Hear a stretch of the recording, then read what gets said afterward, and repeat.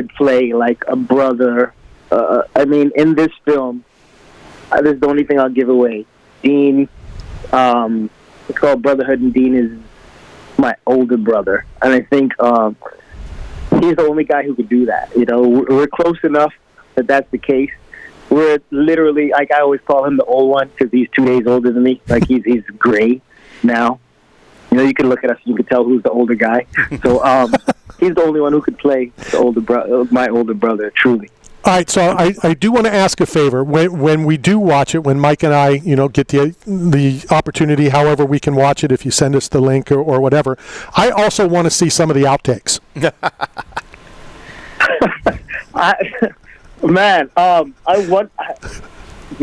was plenty, but I don't remember. I would like to see them too.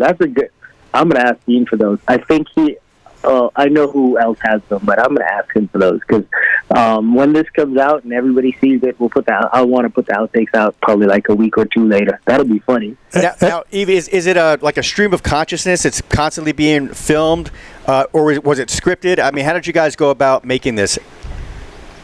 Yeah, so it was a script that some of the guys that Dean works with, he I guess when he got the script, he said that my name popped into mine as the first person to play opposite him. And this happened during the pandemic, like I said.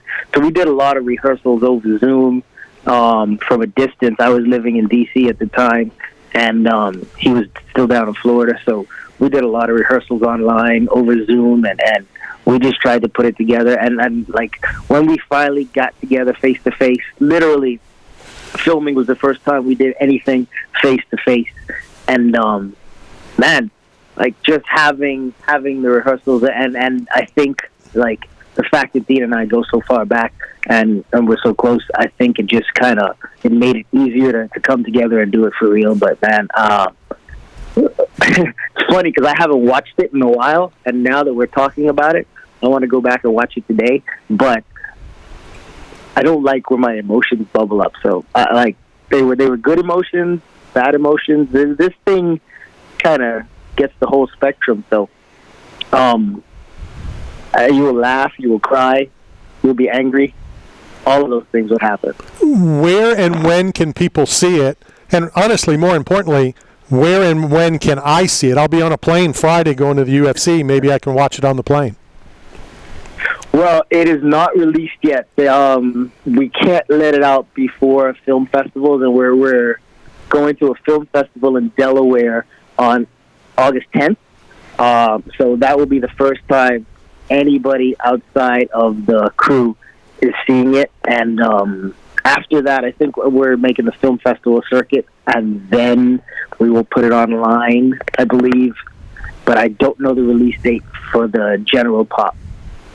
So Yves, we're in Florida. You're talking about Texas and D.C. connections. I was standing behind the scenes during the I Am Vanessa Guillen Act, which was a documentary on Netflix. And their family's from Houston, the Guillen family, and it was about civil justice and race in the military. And so I know next time I come to Houston, I would love to link up and maybe bring Randy and all the guys from the set. But we would love to introduce you to the Guillen family. I think a lot of their resources could help you with your film to get notoriety and get it into the right places, especially into our military, which we still have racial and sexual issues to address at the highest levels. Man, let's do that. Do you know when you're going to be down here next? I can coordinate it whenever you want to do it. I trained the spokesperson of the Guillen family. Vanessa's sister Myra is the one taking on all the legislation and press conferences. I have great friends in the Woodlands, so I have places to stay. I have a place to stay too. Yeah. It's called Yves' house. And I know the Guillen family, the brothers, they would love to do the martial arts and give them confidence. They love the martial art world because of their sister, and so it'll be a great tie-in, and I would absolutely make those connections for you and with you all day long. Not to interrupt, but why the laughter? Why'd you laugh when I said that? Because why the laughter? No, it's funny because it's true.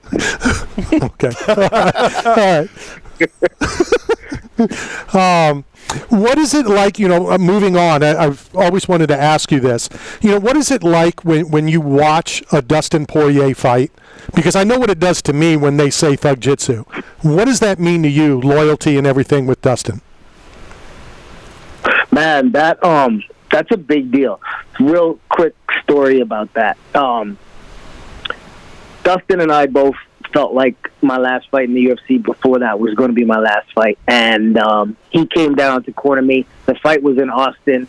And part of my weight cut, we went on a bike ride. I put on my plastics and whatnot. And there's this 40-mile bike ride that was outside of my house at the time. And Dustin rode with me.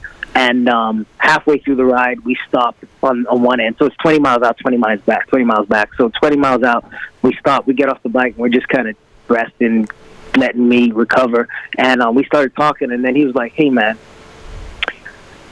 this will probably be your last one, right? So when you're done, how do you feel about me using Thug Jitsu, me representing Thug Jitsu out there? Because I think that has to stay in the UFC, man. And I came up under Tim Crater and trained with you so much. Like, how do you feel about that? And we were sitting under, I remember this, like, I would love to like reenact this with Dustin, because I know exactly where we were too. We were sitting under a tree, and like in my mind, this is one of those solid memories that are so vivid. That is so vivid in my head, and it really touched me, man. Because Dustin has been my boy since the day we met, and this is our relationship grew from him giving me a ride from Baton Rouge to Lafayette just because I wanted to go see Tim Crater, and he told me he had this kid down there, and he'd only just fought in the WEC, and he was telling me how, he'd watched my career and this and that, and then we became closer friends, teammates, buddies, brothers, and now he's like, I want to take on the mantle and represent something that you put together out there. So that really touched me, man, and I love watching Dustin fight every single time, and being there, especially when he wins. Like, even in this last one, I know he didn't win it, but I had to be out there because it was the opportunity for Dustin to get that belt. Yeah. And it was the only one of those that I didn't go to was in Dubai, But just that it means so much to watch him out there, hear him represent Thug Jitsu, and then that last performance, man. I know he came up short, but against that guy, the performance that he put on, I'm so impressed and so proud of him, man. Definitely. Any way that we can get him to bring back the yellow smiley face on the crotch as well? Man, that's a good question. I will ask him about that next time we talk or next time I see him. I'm probably going to see him next month also. So, and I know he's talking about doing one more. So if he does one more, and he goes out there old school Thug Jitsu style with a little bit of the Poirier flavor on it, that'll be super dope, man. So yeah, like, now that you put that in the world, I'm gonna put that in his head and see where it goes. And maybe just to protect him, he can do Derek Lewis style. He can take his shorts down, and then they'll have smiley face on the crotch on his underwear. Hey, because Derek Lewis did spend some time in Louisiana, so it could be like a whole Louisiana-Houston thing. Well, I'm with it. What's even funnier about that is the smiley face with the bullet hole and the blood splatter, kind of like Randy's shirt here. It actually was a stand against violence. It was a social movement.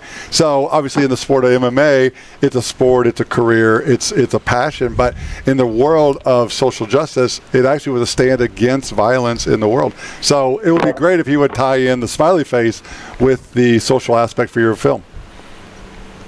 Man, like, look at this. Like, great minds, when they come together, like, what could stop us? Well, I'm on an island over here, like the Bahamas. I do have to be honest with you, Eve. There's two great minds here, a quarter of a mind. You have a great mind, and Steve is. So there's 1, 2. There's 4 1/4 great minds talking right now.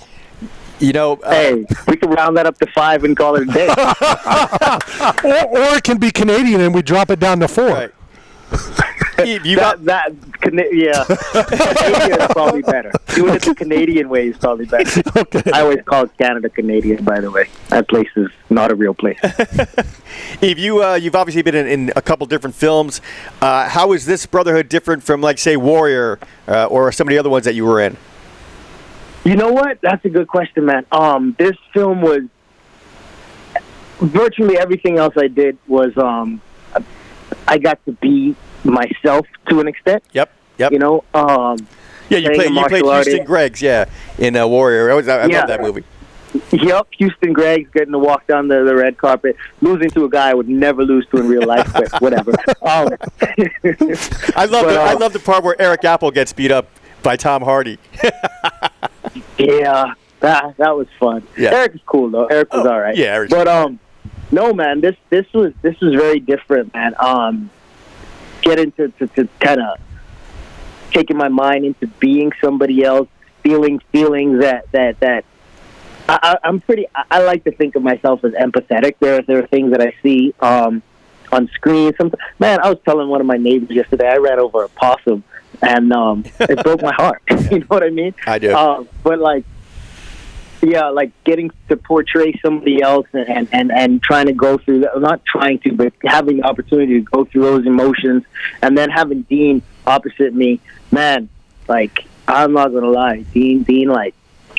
When people watch the film and the people have seen it and said that my performance was better than I think it was, I got to give Dean credit, man, because I think he brought the best out of me. That's awesome.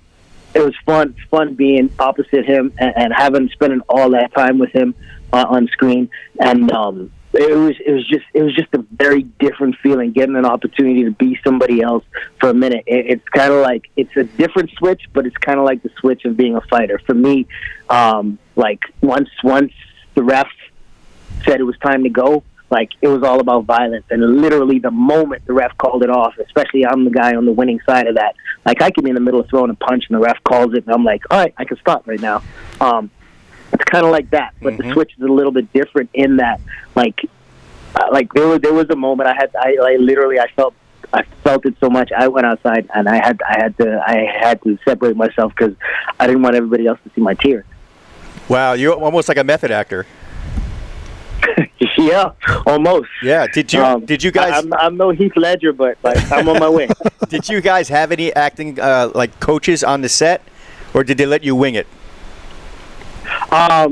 We didn't have any acting coaches on the set, but I did when I was living in California. I was taking an acting class. I know Dean has done a lot of acting and improv stuff. So, and then just the work ethic that comes from being able to get to the level that we got to in mixed martial arts. I think understanding diligence and rehearsals.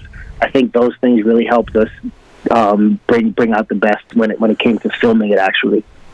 All right, we're at the top of the hour, but I do need to let you know that I texted Dean and I said, "Who has the outtakes?" We have Yves on right now, and his whole response, "LOL." Smiley face. Yeah. Yves, I'll give you a call later tonight. Love you, man. Awesome, Yves. Thanks, man. My man. Take care, brother. Take care, Yves Edwards. See you, bro. My brother from another mother. I will love that guy till 3 days after I'm dead. This is Knockout Radio, brought to you by 8 Man Strong, Staff Zone, and Bucked Up Energy Drink. Tell you a lie.